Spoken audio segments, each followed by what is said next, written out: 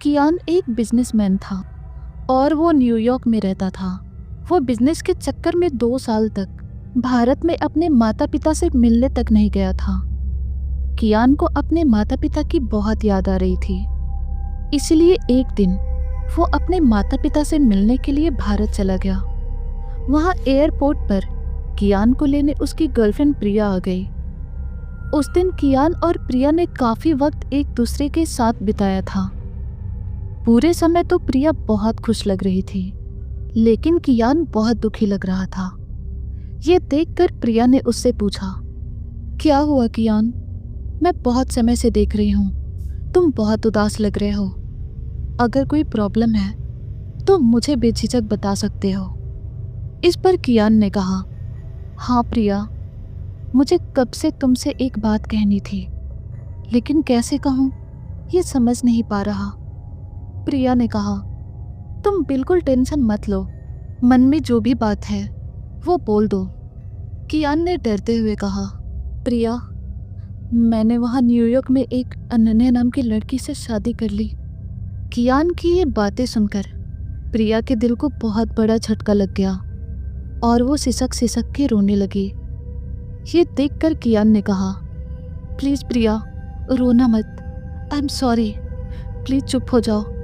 तो प्रिया ने गुस्से में कहा, कैसे चुप हो जाऊं मैं? प्यार के नाम पर तुमने मेरे साथ इतना बड़ा धोखा किया।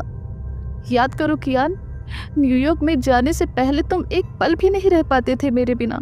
प्रिया ने आगे कहा, तुम्हारे माँ बाप के बारे में सोच कर ही मैंने तुम्हें न्यूयॉर्क में जॉब करने के लिए फोर्स किया था। तो कियान ने कहा, हाँ प्रिया, मुझे सब याद है, लेकिन पता नहीं कैसे मुझे अनन्या से तुमसे ज़्यादा प्यार हो गया।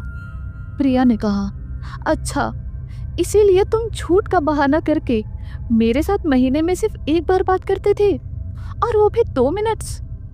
इस पर कियान ने अपना सिर शर्म से झुका दिया। प्रिया ने आगे कहा, कियान, तुमने मेरी जिंदगी बर्बाद की है और साथ ही मेरा भरोसा तोड़ा है। अब तुम्हें माफी नहीं मिलेगी।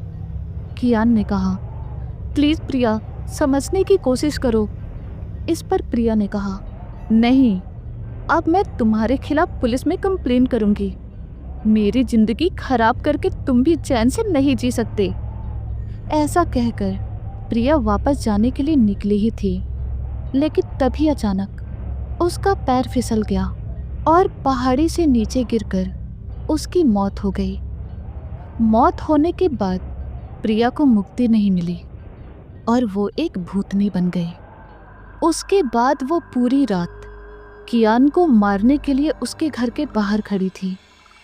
कियान के घर में बहुत सारे भगवान की मूर्तियां थीं, इसलिए वो घर के अंदर नहीं जा सकी और ये बात कियान को अच्छी तरह से समझ आ गई थी, इसीलिए वो उस रात बिल्कुल भी बाहर नहीं निकला। उसके बाद सुबह होते ही वो वापस न्यूयॉर्क जाने के लिए निकल गया। रात के 11 बजे कियान न्यूयॉर्क के एयरपोर्ट पर पहुंच गया।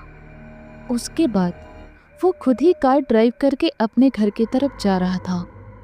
अभी वो एक सुनसान रास्ते से अपनी गाड़ी चला रहा था कि तभी अचानक उसकी कार के ब्रेक्स फेल हो गए।